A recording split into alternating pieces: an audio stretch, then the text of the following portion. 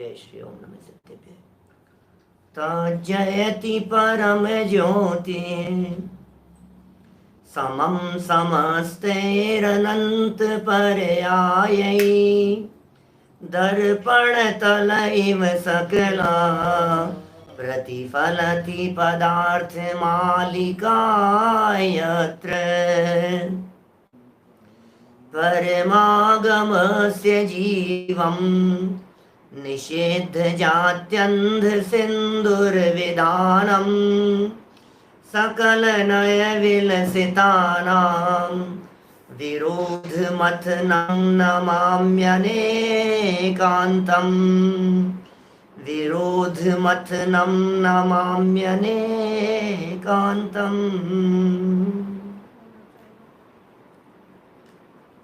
पुरुषार्थ सिद्धि उपाय नामक ये ग्रंथ है और आज से सम्यक चारित्र, अणुव्रत, देश व्रत, एक देश व्रत, एक देश संयम, इसकी चर्चा के अंतर्गत अहिंसा की चर्चा को प्रारंभ कर रहे हैं। मैं आपको बतलाना चाहता हूं कि ये जो पुरुषार्थ सिद्धि उपाय नामक ग्रंथ है, ये पूरा का पूरा ग्रंथ अहिंसा सिद्धांत के रूप में पहचाना जाता है, अहिंसा की व्याख्या करने के लिए पहचाना जाता है। जब भी विद्वानों के माध्यम से पूछा जाता है, जब भी ज्ञानियों के माध्यम से चर्चा की जाती है कि आखिर इस पुरुषार्थ सिद्धि उपाय ग्रंथ में किस बात का वर्णन है, तो एक बात सबके माध्यम से मुख्य रीति से खुलकर निकल करके सामने आती है कि इस महान ग्रंथ में अहिंसा की चर्चा है, अहिंसा की चर्चा है। देखिए आप, ग्रंथ का नाम है श्रावकाचार, पुरुषार्थ सिद्धि उपाय श्रावकाचार ग्रंथ है। श्रावक के आचरण का वर्णन करने वाला यह ग्रंथ है। श्रावकों का आचरण किया जाना चाहिए इसमें, इस ग्रंथ में, और पूरी तरह से श्रावकों के आचरण का वर्णन करेंगे भी इस ग्रंथ में। लेकिन वो श्रावकों के आचरण में भी अहिंसा मुख्य है।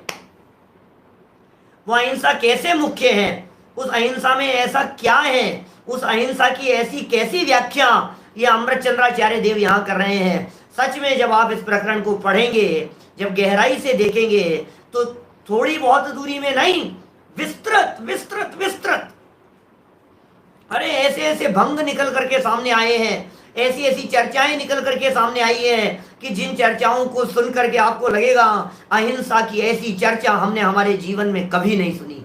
ये भी अहिंसा है, ये भी हिंसा है, इसे भी हिंसा कहते हैं, ये भी हिंसा का प्रकार है। ऐसी भी हिंसा हो सकती है। हमने हमारे दिलो दिमाग में जिस लेवल पर हिंसा की परिभाषा, हिंसा की व्याख्या सोच रखी है, उससे बिल्कुल अलग हटके अनेक प्रकार की व्याख्याएं, अनेक प्रकार के दृष्टिकोण और अनेक प्रकार के एंगल से आपको यहाँ इस ग्रंथ में जानने देखने को मिलेगी। अहिंसा की व्याख्या के लिए समर्पित ये महान ग्रंथ और इसका ये प्रकरण, अहिंसा सिद्धांत की चर्चा करने वाला, हम यहाँ प्रारंभ कर रहे हैं। प्रकरण है अहिंसाणुव्रत। कल चर्चा अपनी हो गई थी, दो प्रकार से चारित्र होता है, एक होता है सकल चारित्र और एक होता है एक देश चारित्र। सकल चारित्र मुनिराजों के होता है, महाव्रतियों के होता है, और जो सकल चारित्र के अलावा एक देश चारित्र है, जिसे अणुव्रत कह करके पुकारा जाता है, ये गृहस्थों के जीवन में होता है। तो अब चर्चा यहाँ से आचरण की, प्रवृत्ति की, चारित्र की चालू हो रही है, जिसमें हमारे जीवन को मुख्य करके कथन किया जाएगा। क्या है अहिंसा, क्या है अहिंसा का स्वरूप। अणुव्रत, अहिंसाणुव्रत नाम है इस अणुव्रत का। 5 पाप एक हिंसा स्वरूप ही है। ओहो, क्या कह रहे हैं अमृतचंद्राचार्य की दृष्टि तो देखो। 5 अणुव्रतों की चर्चा करते हुए, शुरुआत में ही अहिंसा अणुव्रत की चर्चा करते हुए ये कहते हैं 5 प्रकार के पाप अकेले हिंसा में गर्भित हो जाते हैं। एक हिंसा जहां है वहां 5 प्रकार के पाप आ गए हैं। हिंसा में 5 पाप गर्भित है। झूठ भी हिंसा है, चोरी भी हिंसा है, कुशील परिग्रह भी हिंसा है। ये कैसी हिंसा है, ये किस प्रकार की हिंसा की व्याख्या करेंगे। आपको मालूम है देश को आजाद कराया महात्मा गांधी ने। महात्मा गांधी ने अहिंसा के दम पर इस देश को आजाद कराया। महात्मा गांधी के हृदय में अहिंसा की जो प्रतिष्ठापना थी, अहिंसा की जो कीमत थी, अहिंसा की जो वैल्यू महात्मा गांधी समझते थे, वो किस आधार पर समझते थे? महात्मा गांधी के गुरु थे श्रीमद राजचंद्र जी। श्रीमद राजचंद्र जी को महात्मा गांधी अपना गुरु मानते थे। महात्मा गांधी ने अपनी एक आत्मकथा लिखी है, सत्य के प्रयोग। सुना आपने? हमारे कोर्स में थी बहुत सालों पहले, 15-20 साल पहले हमारे कोर्स में थी महात्मा गांधी की आत्मकथा, उनकी बायोग्राफी खुद के द्वारा लिखी गई पूरी जीवनी है महात्मा गांधी की। और उन्होंने अपने जीवन की पूरी आत्मकथा को वो सत्य के प्रयोग नाम से उस पुस्तक में लिखा है। ट्रूथ इज गॉड, ऐसा कहते थे महात्मा गांधी। सत्य जो है वो भगवान जैसा है। और उन्होंने वो अहिंसा के संबंध में बहुत प्रश्न किए श्रीमद जी से और काफी चर्चाएं की। और महात्मा गांधी के जीवन में अहिंसा की महिमा पुरुषार्थ सिद्धि उपाय ग्रंथ को पढ़ करके आई है। मुझे ऐसा ध्यान आता है कि महात्मा गांधी ने समस्त भारतीयों के लिए अपनी आत्मकथा के अंदर एक निवेदन किया कि प्रत्येक भारतीय को धर्म के नाम पर 2 पुस्तकों को कम से कम पढ़ना चाहिए यदि आप भारतीय संस्कृति के धर्म को गहराई से समझना चाहते हैं। तो 2 पुस्तकों का नाम लिया, उसमें एक पुस्तक का नाम था गीता, हर भारतीय को पढ़ना चाहिए, और दूसरी पुस्तक का नाम था पुरुषार्थ सिद्धि उपाय। मैं राष्ट्रपिता महात्मा गांधी की बात कर रहा हूं क्या? गुरुदेव का प्रवचन सुनने के लिए आए थे, पीछे आकर के बैठ गए थे और गुरुदेव के व्याख्यान को गुरुदेव को पता भी नहीं था। रामजी भाई से मिलने के लिए आए थे, बैरिस्टर थे रामजी भाई, वकालत के काम से उनके साथ में, और पीछे आकर के व्याख्यान सुना और बाद में उन्होंने बात का उल्लेख किया। खैर, मुझे तो सिर्फ इतनी बात आप लोगों को बतलानी है कि महात्मा गांधी के जीवन में जो अहिंसा का विशेष प्रभाव पड़ा है, जो अहिंसा को उन्होंने अपने जीवन में अपनाया है, जो एक विशिष्ट लेवल पर पहुंच करके अहिंसा को अपनाया है, और जिस अहिंसा के दम पर उन्होंने देश को आजाद कराया है, उस अहिंसा की शिक्षा, उस अहिंसा की प्रेरणा उनको श्रीमद राजचंद्र जी से मिली। और उसके लिए उन्होंने पुरुषार्थ सिद्धि उपाय ग्रंथ के इस अहिंसा वाले प्रकरण को, पूरे ग्रंथ को प्रमोट किया उन्होंने अपनी आत्मकथा में। इसका मतलब सोचिए आप, कितने भंग बतलाए हैं हिंसा और अहिंसा के, कितने प्रकार से हिंसा अहिंसा की चर्चा की है। ऐसी अहिंसा, ऐसी हिंसा, ये पहले हो जाए वो बाद में हो जाए, फल मिले कब, अरे कितने कितने प्रकार से। उसको तो भाई साहब जो 10 लोगों को मार रहा है उसे तो मार देना चाहिए, ऐसे ऐसे प्रश्न उठाए कि हम उसको नहीं मारेंगे तो 10 को मार देगा। आप पढ़ेंगे सुनेंगे तो आपको इतना मजा आएगा कि यार ये तो क्या बातें कह दी गई है, गजब की बातें हैं। पहले ही वाक्य में कमाल कर दिया। अहिंसाणुव्रत की चर्चा बतलाने वाला पहला वाक्य बेटा याद होना चाहिए, आर्यम, ये श्लोक याद होना चाहिए। आत्म परिणाम हिंसन हेतुत्वात् सर्वमेव हिंसैतत् अनृत वचनादि केवलम उदाहृतम शिष्य बोधाय। क्या लिखा है? आत्म परिणाम हिंसन, आत्म परिणाम हिंसन, आत्मघाती महापापी, आत्मघाती, आत्मा का घात करने वाला, आत्मा की हत्या करने वाला। आत्महत्या का अर्थ वो नहीं है लटक गए आत्महत्या कर ली, ये नहीं है आत्महत्या माने फंदा लगाया और लटक गए पंखे के ऊपर, आत्महत्या कर ली साहब, इन्होंने नस काट ली साहब, कर ली आत्महत्या। अरे मिथ्या दृष्टि जीव प्रति क्षण आत्महत्या कर रहा है, पापी जीव पाप में लगा हुआ हर क्षण आत्महत्या कर रहा है। आत्मा को नहीं पहचानना ही आत्मा की हत्या है। आत्मा के स्वरूप को नहीं जानने को कहते हैं आत्महत्या। आत्महत्या कर रहे हैं आप हर समय। दुनिया जिसे आत्महत्या कहती है उसे बाहर हटाइए और जिनागम में जो आत्महत्या की व्याख्याएं की है एक बार उसे गहराई से समझने का प्रयास कीजिए। ये कैसी आत्महत्या की व्याख्याएं हैं, ये कैसी आत्महत्या की चर्चाएं हैं, सुनो तो सही एक बार गंभीरता से। ये क्या ग्रंथ है पुरुषार्थ सिद्धि उपाय। हमारे जीवन में कैसी अहिंसा को अपनाना है, हमारे जीवन में किस प्रकार की अहिंसा होनी चाहिए, ये अहिंसा आखिर परम धर्म क्यों हो गया। हमने पहले भी अनेक बार कहा है और बरसों से कह रहे हैं जन जन के बीच में कि अहिंसा परमो धर्म है। ये जिन आमनाय में कहीं भी सूक्ति प्रयोग नहीं की गई है। जैन आगमों में, जैन शास्त्रों में ये अहिंसा परमो धर्म नाम की सूक्ति कहीं भी नहीं है, किसी भी जगह पर। पिछले करीब 20 साल पहले, 15-20 साल, 18-20 साल पहले हमने इसको खूब खोजा था कि आखिर ये है कहाँ अहिंसा परमो धर्म है, कहाँ है अहिंसा परमो धर्म है, कहाँ है अहिंसा परमो धर्म।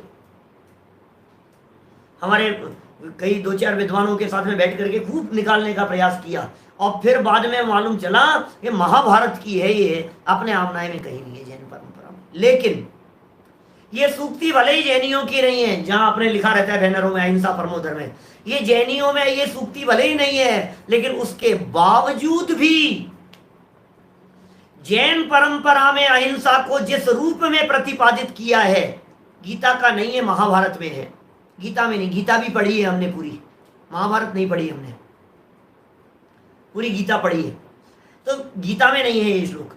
अहिंसा को जो विशेष रूप से व्याख्या की गई है, जैसी जिनागम में की है, जैसी जैन शास्त्रों में की है, जैसी आगम ग्रंथों के अंदर की गई है, जैसी वितरागी संतों ने अहिंसा की व्याख्या की है, ऐसी अहिंसा की व्याख्या आपको कहीं जानने देखने को नहीं मिलेगी, कहीं जानने देखने को नहीं मिलेगी ऐसी व्याख्या।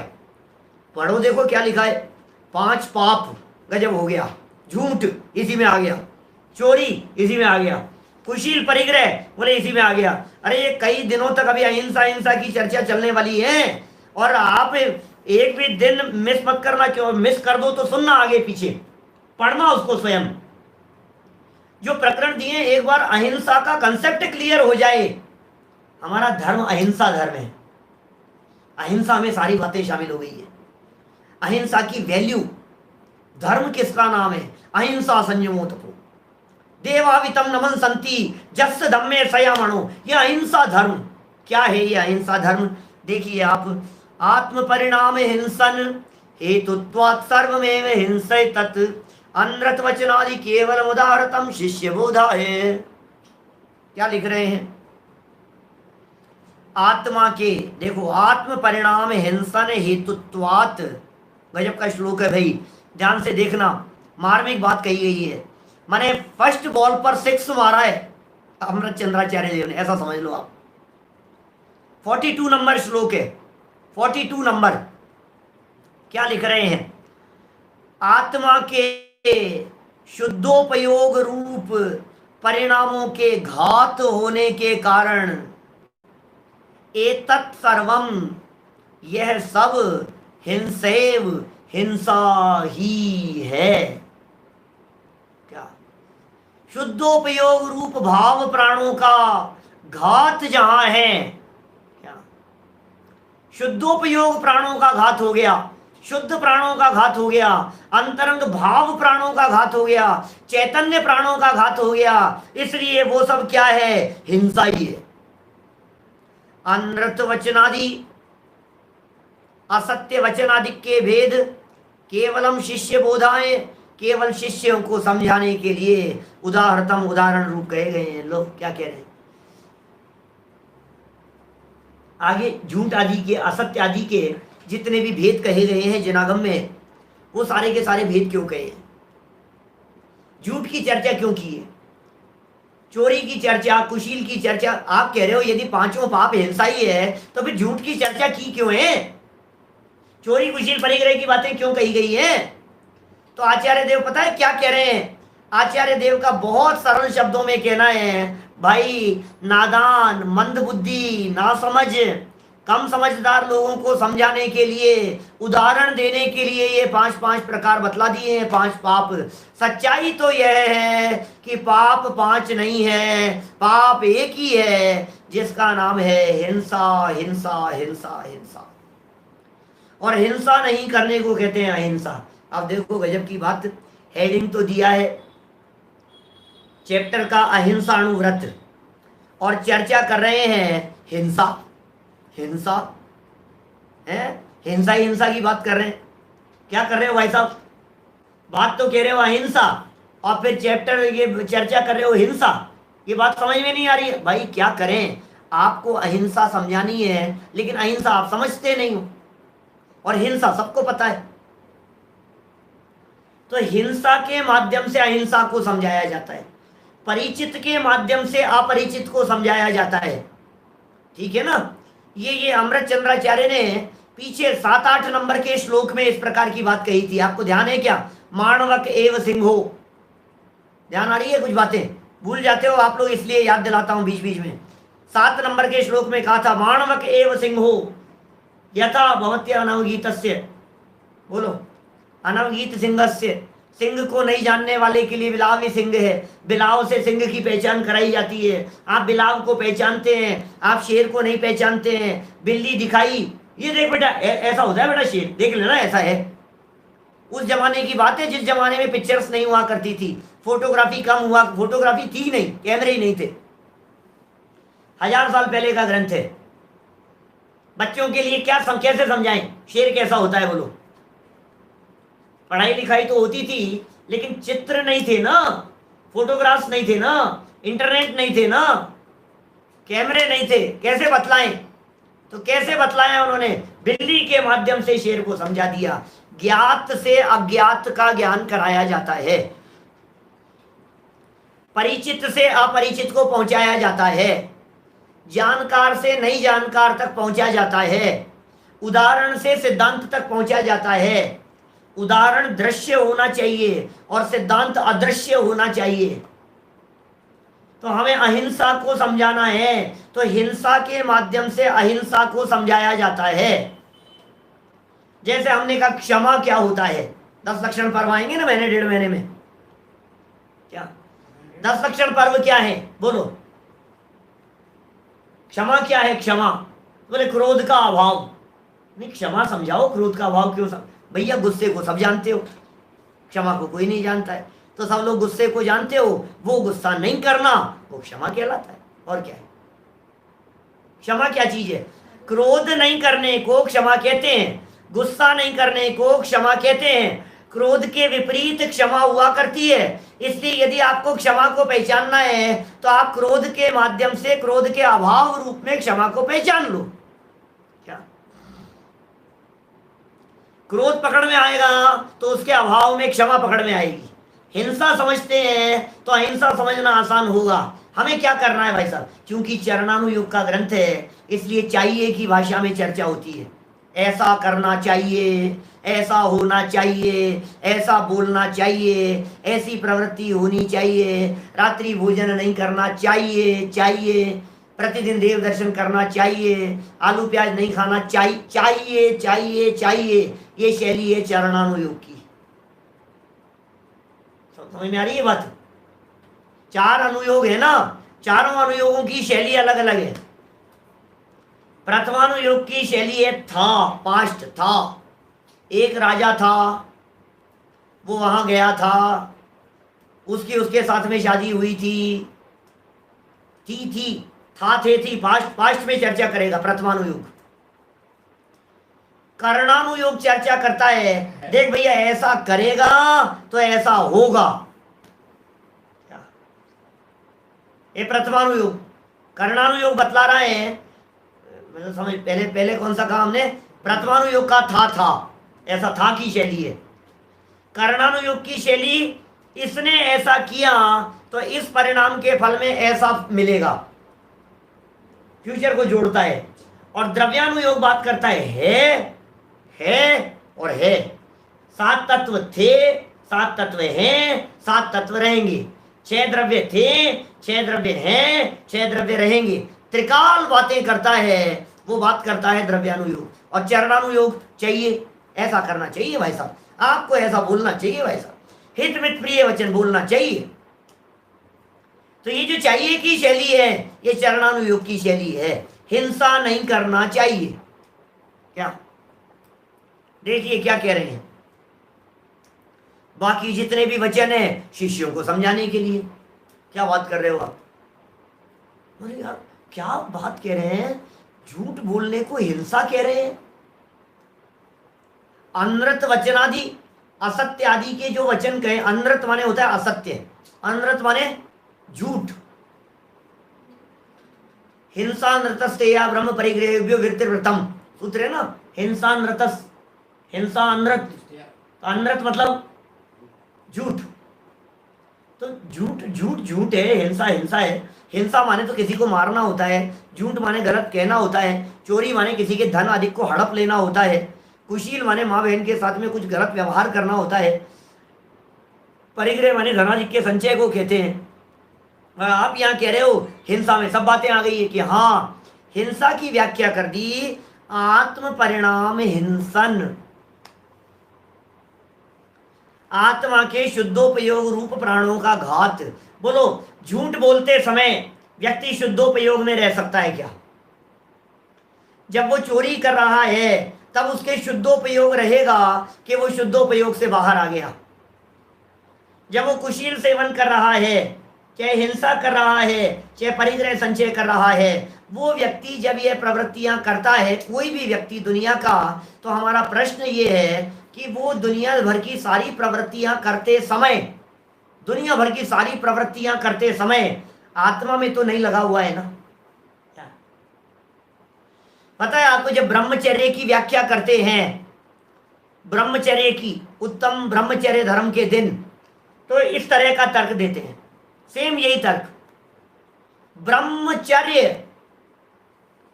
तो ब्रह्मचर्य का अर्थ सारी दुनिया में स्पर्श इंद्रिय के भोगों के त्याग को लगाया जाता है। लेकिन दादा ने बहुत सुंदर व्याख्या की कि ब्रह्म माने हैं आत्मा, चर्य माने हैं चरण करना, आत्मा में चरण करना, आत्मा में लीनता। यदि इसका नाम ब्रह्मचर्य है तो आत्मलीनता में जो भी बाधक होगा वो सब अब्रह्म होगा, वो सब कुशील होगा। तो क्या अकेले स्पर्शन इंद्रिय यही ब्रह्मचर्य में बाधक है? रसना इंद्रिय का स्वाद लेते लेते, लड्डू खाते खाते आत्मा का स्वाद आ जाएगा क्या? इत्र आदि की सुगंध लेते लेते आत्मा की सुगंध आ जाएगी? चक्षु इंद्रिय से टीवी देखते देखते दूरदर्शन से आत्मदर्शन हो जाएगा? या म्यूजिक सुनते सुनते, भजन भक्तियां, गाने सॉन्ग सुनते हुए आत्मा का अनुभव हो सकता है? नहीं हो सकता है। क्या नहीं हो सकता? माने आत्मा का अनुभव करने के लिए ये सारी चीजें, पांचों इंद्रियों के विषयों का कंट्रोल होना चाहिए। इसी तरह से कह रहे हैं, जब तुम्हारा उपयोग आत्मा से बाहर निकला, शुद्धोपयोग का घात हो गया ना, उपयोग का घात हुआ कि नहीं? तुमने अपने आत्मा को आत्मा स्वीकार नहीं किया, तुमने आत्मा की हत्या कर दी। आप समझ रहे हैं क्या कह रहे हैं? हत्या किसका नाम है? मार दिया आपने। जैसे हम नहीं कहते हैं किसी बच्चे के लिए तू तो मर गया हमारे लिए। क्या मतलब हुआ मर गया? बोलो, मैं आपसे पूछना चाहता हूं, जब कोई पिता अपने बच्चे से बहुत ज्यादा नाराज होकर, बहुत ज्यादा बिगड़कर, कभी कभी ऐसे वचन कहता है कि निकल जा हमारे घर से, मैं तुझे घर से निकालता हूं, और माँ रोके तो कहे, उसको माँ को पलट के कहे कि नहीं, जाने दो इसको, मर गया ये हमारे लिए, आज से मर गया हमारे लिए। क्या मतलब हुआ? हमारे लिए मर गया इसका मतलब क्या हुआ है? हमारे लिए मर गया इसका मतलब क्या हुआ, ये तो बताओ। ये तो जिंदा है, तुम कह रहे हो मर गया। हमारे लिए मर गया, इसका मतलब इससे हमारा कोई संबंध नहीं है, इसे कहते हैं हमारे लिए मर गया। संबंध नहीं रखा। ऐसे ही हम कह रहे हैं, बोलो भाई, आत्मा को जानते पहचानते हो क्या? कि नहीं जानते। आत्मा से तुम्हारा कोई रिलेशन है क्या? कि कोई रिलेशन नहीं है। इसका मतलब हमारे लिए आत्मा मर गया, इसका नाम है आत्महत्या। आत्मा से कोई रिलेशन नहीं रखा आपने, सारा रिलेशन शरीर के साथ में बनाया हुआ है। आपके सारे संबंध देह के साथ में है, आपके सारे संबंध पड़ोसियों के, रिश्तेदारों के साथ में है। आपका कोई संबंध नहीं है अपने आत्मा के साथ में, आपका कोई रिलेशन नहीं है अपने आत्मा के साथ में। जिसका रिलेशन अपने आत्मा के साथ में नहीं है, जिसने अपने आत्मा से रिलेशन को तोड़ दिया है, उसने आत्मा की हत्या कर दी है।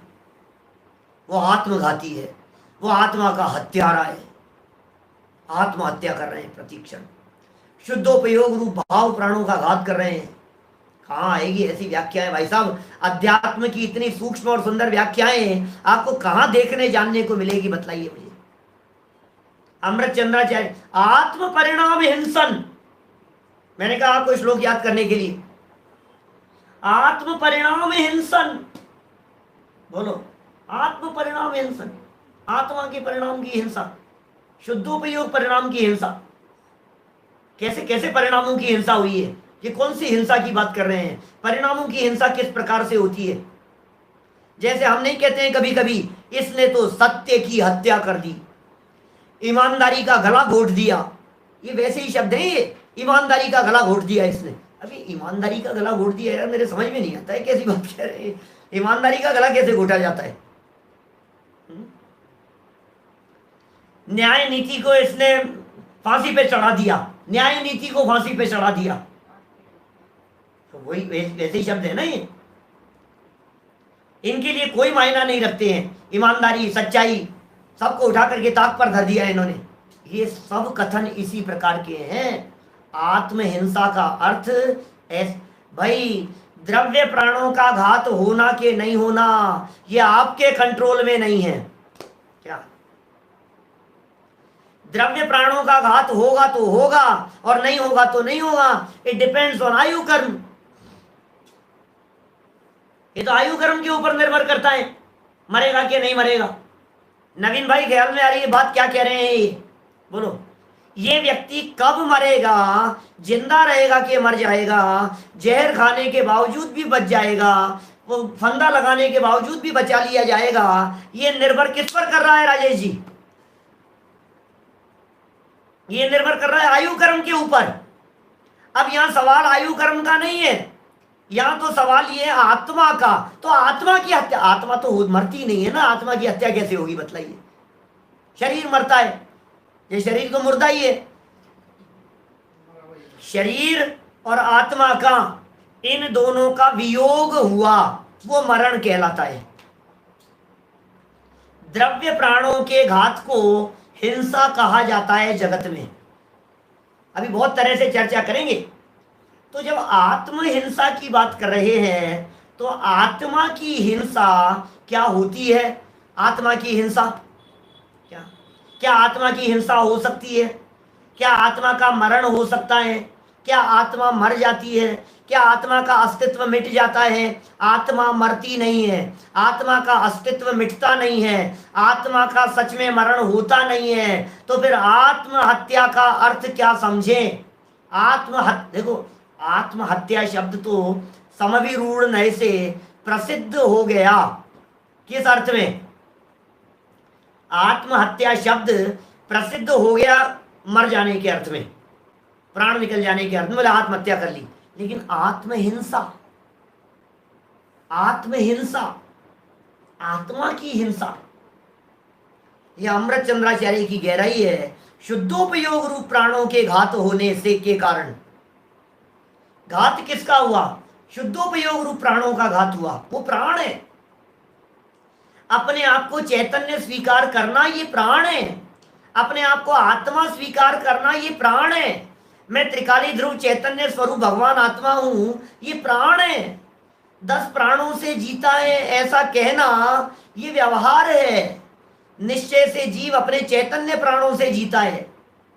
मैं अपने चैतन्य प्राणों से जी रहा हूं, वो मेरा जीवन है, मेरा चैतन्य पना, मेरा ज्ञायक पना, मेरा त्रिकाली ध्रुव आत्म पना, ये मेरा जीवन है, ये मेरी लाइफ है। उपयोग में वो ज्ञाय भगवान आत्मा आ गया, माने जीवन मिल गया। जिस व्यक्ति ने आत्मा के अतीन्द्रिय आनंद का रसास्वादन किया उसे कहते हैं जीवन मिल गया, लाइफ मिल गई भाई साहब। मिथ्या दृष्टि तो मुर्दा है, आपको मालूम है। गाथा नंबर अष्टपाउड़ के अंदर मूल गाथा में लिखा है एक ऐसा, क्या लिखा वहां? मिथ्या दृष्टि जीव चल शव के समान है। मिथ्या दृष्टि जीव चलता फिरता हुआ मुर्दा है। क्या कह रहे हैं? मुर्दा है, मुर्दा, मिथ्या दृष्टि जीव। क्या बात कर रहे हो साहब, ये तो चल रहा है, ये तो जिंदा है साहब, आप कैसी बात कह रहे हो, इस जिंदा के बारे में ऐसी बात कह रहे हो। मिथ्या दृष्टि है ना, आत्मा की हत्या कर दी उसने, मुर्दा है वो, शरीर चल रहा है, क्या फर्क पड़ता है। शरीर के चलने से उसके जिंदगी का संबंध नहीं है, शरीर के चलने से। समझ में आती है बात आपको। शरीर शरीर चल रहा होगा, शरीर चलता रहता है, उससे क्या है। शुद्धोपयोग प्राण, ये प्राण शुद्धोपयोग प्राण कह रहे हैं। कहते हैं ना अपन, यो भाव कर्म या भाव मरण सदियों से करता आया हूं। क्या भाव कर्म या भाव मरण सदियों से करता आया हूं। सदियों से मैंने भाव कर्म किए हैं और सदियों से मैंने भाव मरण किए हैं। कब कब किया आपने भाव? 24 घंटे भाव मरण कर रहा है, रोजाना नहीं मर रहा है क्या इस हिंदुस्तान की गर्मी में? मर गए यार, आज तो यार एसी नहीं चला, आज तो ये नहीं, मौसम ऐसा हो गया, उमस हो गई भाई साहब, मर गए आज तो हम। ये मरे जा रहा है प्रतिक्षण भाव मरण करके, ये मरण कहते हैं इसको। गर्मी से मर गया, सर्दी से मर गया, प्यास से मर गया, पानी पीने के बिना मर गया, मिर्च इतनी तेज थी मिर्च से मर गया, मुंह जल गया, इतना गर्म था, मर गया मैं तो आज। हर क्षण मरण मरण की अनुभूति करता है। इन भावों को कहते हैं भाव मरण, इसका नाम भाव मरण है। प्राण निकल जाना, इसका नाम द्रव्य मरण है। और प्रति क्षण मरण की अनुभूति, राग और कषायों की ज्वालाओं में प्रति क्षण मरण की अनुभूति, इसका नाम भाव मरण है। प्रति क्षण भाव मरण करता है, मर रहा है। ये भाव मरण का नाम है आत्महत्या, ये भाव मरण का नाम है हिंसा, भाव मरण का नाम है मर गया तू। आत्मा को नहीं पहचाना, मरा है, मुर्दे जैसा है, आत्मा को नहीं पहचान रहा है। ख्याल में आ रही है बातें? बढ़े थोड़ा सा आगे, देखिए क्या कह रहे हैं। सुंदर सुंदर बातें हैं। टीका है, टीका टोडरमल जी की, क्या लिखते हैं। सर्वम एतत् हिंसा एव, सर्वम एतत् हिंसा एव, ये समस्त पांचों पाप हिंसा ही है। ये पांचों पाप हिंसा ही हैं। किस लिए भाई साहब ऐसा कैसे कह दिया आपने? ये पांचों पाप हिंसा ही है क्या? ये पांचों पाप हिंसा ही क्यों है? बोलो, क्या हेतु है? आत्म परिणाम हिंसन हेतुत्वात्। बोलते बोलते याद हो जानी चाहिए पंक्तियां, ऐसा है तो कितनी बार तो दोहरा दी मैंने, आत्म परिणाम हिंसन, आत्म परिणाम हिंसन, ये याद नहीं हो आपको? ये कह रहे हैं आत्म परिणाम हिंसन हेतुत्वात्, आत्म परिणाम हिंसन हेतुत्वात्, हेतुत्वात् हेतु पने से, हेतु होने के कारण से, आत्म परिणामों की हिंसा होने के कारण से, आत्मा के शुद्धोपयोग रूप परिणामों के घात के कारण हैं, घात के कारण हैं। आप यदि चोरी करोगे तो उसमें शुद्धोपयोग प्राणों का घात गर्भित है। आप यदि झूठ बोलोगे तो उसमें शुद्धोपयोग प्राणों का घात गर्भित है। कारण अतः ये सर्व हिंसा ही है। सबको हिंसा कह दिया यार, मैं तो सोच सोच करके दंग रह गया। अमृत चंद्राचार्य की ऐसी दृष्टि, पूरे जनागम में आपको हिंसा हिंसा की ऐसी परिभाषाएं मिलेगी नहीं, कहीं नहीं मिले।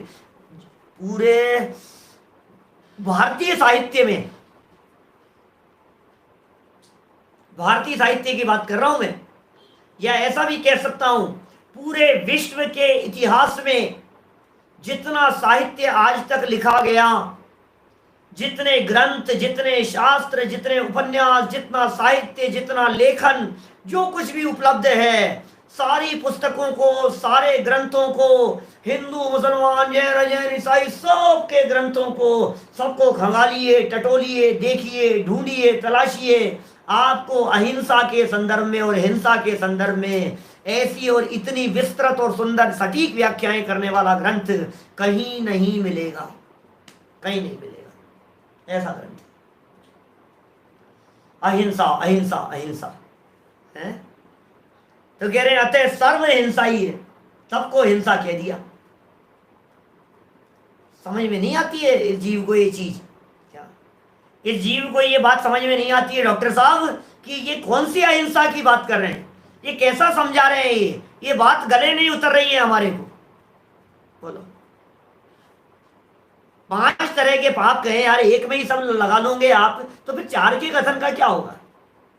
एक में लगा लिए आपने, तो फिर पाप एक है कि 4 5 है, क्या है? बोलो, पाप कितने हैं? एक है या 4 5 है? ऐसा पाप तो 5 है, तो फिर एक ही क्या कहते हो आप? एक ही की चर्चा क्यों करते हो आप? तो एक की चर्चा इसलिए कर रहे हैं, जैसे कहते हैं ना, हाथी के पांव में सब समाहित हो जाते हैं, ऐसा कथन किया जाता है। जैसे एक मिथ्यात्व नामक पाप जहां है, वहां सारे पाप आ गए हैं। जैसे कहा जाता है ना, लोभ पाप का बाप है, जहां लोभ है वहां 5 पाप दिखाई देते हैं। इसी तरह से अहिंसा की ये सूक्ष्म व्याख्या है। क्या व्याख्या? कि आत्म परिणामों की हिंसा होने पर सब इसमें, अरे भाई साहब, इसमें मिथ्यात्व भी गर्भित हो गया, क्योंकि शुद्धोपयोग भाव प्राणों का घात हो गया, तो बोले मिथ्यात्व भी शामिल है उसके अंदर। हिंसा सबसे बड़ा पाप है और अहिंसा सबसे बड़ा धर्म है। क्योंकि सच्ची अहिंसा कैसे होगी, अभी तो समझाएंगे विस्तार से आगे चलते चलते। सच्ची अहिंसा तब होगी जब सब तरफ से दृष्टि हटकर अपने आत्मा में दृष्टि समा जाएगी, तो सच्ची अहिंसा कहलाएगी, तब होती है सच्ची अहिंसा। अब ये सच्ची अहिंसा को तो पहचाने नहीं, आत्मा में तो तुम्हारा उपयोग गया नहीं और उपयोग बाहर में दौड़ता रहता है, इसका नाम क्या है? इसका नाम हिंसा है। उपयोग बाहर दौड़ रहा है, ये हिंसा कहलाती है, और अंदर चला गया, यह अहिंसा कहलाती है। अंदर जाते ही अपने आप की सुरक्षा है और बाहर आते ही तुम्हारी मौत है। उपयोग बाहर आया और मरा। अभी चल रहा है ना ऐसा कि आप अंदर और कोरोना बाहर चल रहा है, आप इस तरह की बात चल रही है। आप अंदर आ जाओ, आप घर में रहो, वो बाहर है। आप बाहर निकले और मरे, मरे बाहर निकलते ही, इसलिए सावधान रहो, आप मत निकलो बाहर। ऐसे ही ये व्याख्या है यहाँ की। अब ये जो वर्तमान में जैसी व्याख्याएं चल रही है दुनिया भर में, उन व्याख्याओं को हमारे यहाँ जैन धर्म की इस हिंसा अहिंसा की व्याख्या के ऊपर लगाओ। उपयोग अंदर गया, जिंदा हो गए, प्राण मिल गए, जीवन मिल गया, और उपयोग बाहर निकला, बोले मरे मरे मरे। अंदर आ गए, बोले एसी में आ गए, बाहर निकले और धूप की लड़ाई में, क्या कहते हैं, जेठ माह की ये गर्मी, सावन चालू हुआ भी लेकिन कैसी गर्मी है सोचो आप जरा। ताप आ रहा है, भयंकर लू बरस रही है, दोपहर के समय में 2 बजे 3 बजे निकलो तो से क्या क्या मरे मरे ऐसा लगता है। घर से बाहर निकलते ही मौत मौत है, और घर में आते ही शांति शांति है। इसलिए सुनो, निज घर बिना विश्राम नाही, आज ये निश्चय हुआ। निज घर के बिना विश्राम नहीं है, ये निश्चय हो गया है आज। अपने घर के बिना कहीं शांति नहीं होती, अपने घर के बिना कहीं, मतलब अपने घर में आओ तो शांति है, घर से बाहर निकलो और अशांति शुरू हो जाती है, आकुलता शुरू हो जाती है, टेंशन शुरू हो जाती है घर से बाहर निकलते ही। ऐसा ही स्वरूप है। प्रश्न उठाया है, जो प्रश्न आपको उठता है वो प्रश्न यहाँ उठा दिया है टोडरमल जी ने। क्या प्रश्न उठाया, सुनो जरा। यदि हिंसा ही है तो अन्य भेद क्यों कहे गए? फिर यार शास्त्रों के अंदर एक अहिंसा की चर्चा करनी चाहिए थी। 5 अणुव्रत नहीं कह करके 1 व्रत कहना चाहिए था हिंसा। 5 पाप नहीं कह करके 1 पाप कहना चाहिए था हिंसा।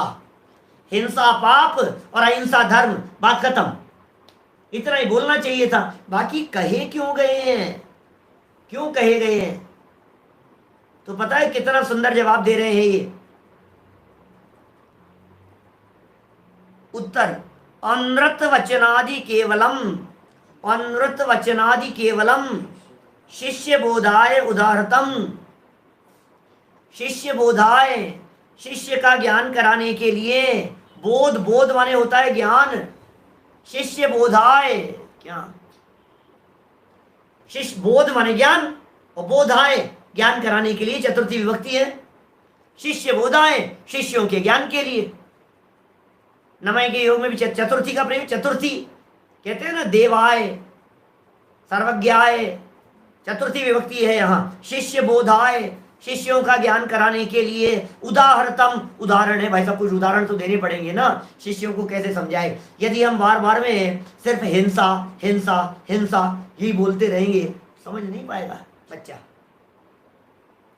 बच्चे को समझाने के लिए, जैसे एक विषय को समझाने के लिए 4 उदाहरण देते हैं, एक विषय को समझाने के लिए अलग अलग एंगल से समझा करके बात करते हैं, इसी तरह से हत्या तो हुई है आत्मा की, लेकिन एक हत्या हुई है पर प्राणों का पीड़न करके, और एक आत्मा की हत्या हुई है झूठ बोल करके, एक आत्मा की हत्या हुई है चोरी करके, एक आत्मा की हत्या हुई है कुशील करके, और एक आत्मा की हत्या हुई है परिग्रह करके। आत्महत्या तो सब है। जैसे देखो दुनिया में भी जब कभी आत्महत्या देखी जाती है तो उस आत्महत्या में या तो फांसी का फंदा लटकाता है, या नस काट लेता है, या जहर पी जाता है, या कुएं में कूद जाता है, या ट्रेन के सामने चले जाता है। तो कितनी बातें आती है आत्महत्या के बारे में, एंगल अलग अलग है ना भाई। मरा है खुद और एंगल अलग अलग है। काई से मरा, तो कह रहे हैं आत्महत्या। आत्महत्या क्या है? हत्या हुई, आत्महिंसा माने हिंसा हुई। तो बोले हिंसा किससे हुई? बोले हिंसा से, झूठ से, चोरी से, कुशील से, परिग्रह से। जब उपयोग बाहर निकलता है, पंच परमेष्ठियों में नहीं लगता है, विषय कषाय की तरफ दौड़ता है, तो 5 प्रकार के पाप रूप प्रवृत्ति होती हुई देखी जाती है। इसलिए समझाने के लिए 5 प्रकार से समझाया है। ये इन्होंने यहाँ जवाब दिया है। देखिए आप पढ़ते हैं, हम यहाँ पर क्या कह रहे हैं। अनृत वचनादि, वचन माने होता है शब्द, और अनृत माने होता है झूठ। अनृत वचन माने झूठे शब्द, और आदि शब्द के माध्यम से चोरी कुशील परिग्रह। अनृत वचन आदि, आदि लगा दिया ना,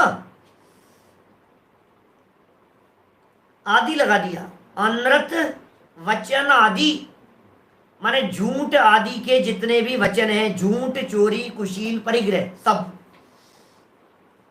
के भेद मात्र शिष्य को समझाने के लिए उदाहरण रूप से कहे गए हैं। सिर्फ और सिर्फ एग्जाम्पल है, सिर्फ समझाने के लिए है। अंदर की बात तो एक ही है, अंदर में चले जाओ, ये अंदर की बात है। अंदर की बात इतनी सी है कि अंदर में चले जाओ। अंदर में चले गए तो बच गए, और बाहर निकल गए तो मारे गए। अब आपको अंदर में जाना है, बचना है तो अंदर में जाओ, और मरना है तो बाहर निकलो। यही कह रही है गवर्नमेंट भी, यही कह रही है। मरना है तो बाहर निकलो, और बचना है तो अंदर में जाओ। यही कह रही है सरकार भी। देखिए जो शिष्य हिंसा के विशेष को न जाने, हिंसा के विशेष, ये सब विशेष की है। विशेष माने भेद प्रभेद, विशेष माने थोड़ी डिटेलिंग में समझाना, ये कहलाता है विशेष। विशेष माने इधर उधर से विस्तार करके समझा दिया, ये विशेष। तो जो शिष्य हिंसा के विशेष को न जाने, तो उसके लिए हिंसा के उदाहरण अनृत वचनादि कहे गए हैं। या तो आप हिंसा को गहराई से समझ लो तो सब बात गर्भित हो जाएगी, और यदि आप हिंसा को गहराई से नहीं समझते हैं तो फिर समझाने के लिए फिर हम झूठ चोरी आदि का सहारा लेंगे, उन सब पापों को भी समझाएंगे। तो जो शिष्य हिंसा के विशेष को न जाने, उसके लिए हिंसा के उदाहरण अनृत वचनादिक कहे गए हैं। हिंसा का एक भेद अनृत वचन है, ये एक भेद है। झूठ जो कहा गया है ये हिंसा का एक भेद है, एक चोरी है। हिंसा के भेद बता रहे हैं। हिंसा के अब बोलो, आपने हिंसा के भेद अपने जीवन में कभी कभी पढ़े थे तो क्या पढ़े थे? आपने या तो पढ़े होंगे द्रव्य हिंसा, भाव हिंसा, आपने पढ़े होंगे निश्चय हिंसा, भाव हिंसा। क्या आपने क्या पढ़े बतलाइए आप मेरे को। या फिर आपने पढ़े होंगे 4 प्रकार की हिंसा, संकल्पी हिंसा, उद्योगी हिंसा, आरंभी हिंसा, विरोधी हिंसा, ये सब पढ़ी होंगी आपने। निश्चय व्यवहार आदि द्रव्य, ये सब धीरे धीरे थोड़े थोड़े से बतलाएंगे यहाँ पर भी। लेकिन यहाँ नए भेद बतला दिए। बोले झूठ भी उसका एक भेद है हिंसा का, चोरी भी हिंसा का एक भेद है। इस भांति उदाहरण रूप बाकी सब बातों को जान लेना चाहिए। सो इस तरह से ये आत्म परिणामों की हिंसा में ये पांचों प्रकार के पापों को अमृत चंद्र आचार्य देव ने गर्भित करने संबंधी बात यहाँ कही है। अब हिंसा का स्वरूप क्या है, हिंसा किसे कहते हैं, हिंसा की परिभाषा क्या है, हिंसा को किस रूप में देखा जाना चाहिए, उसकी विस्तृत चर्चा ये आगे 43 नंबर के श्लोक में कर रहे हैं, जिसकी चर्चा हम यथा समय कल करेंगे। अभी की बात को यहीं विराम देते हैं कि हम सब अपने उपयोग को अपने में समेट कर सच्ची अहिंसा का पालन करने का प्रयास करें। इसी मंगल भावना से बात को यहीं विराम देते हैं। निज निधि निज में बताई यह अनंत उपकार है, इसके लिए जिन वाणी माँ को वंदना शतबार है, वंदना शतबार।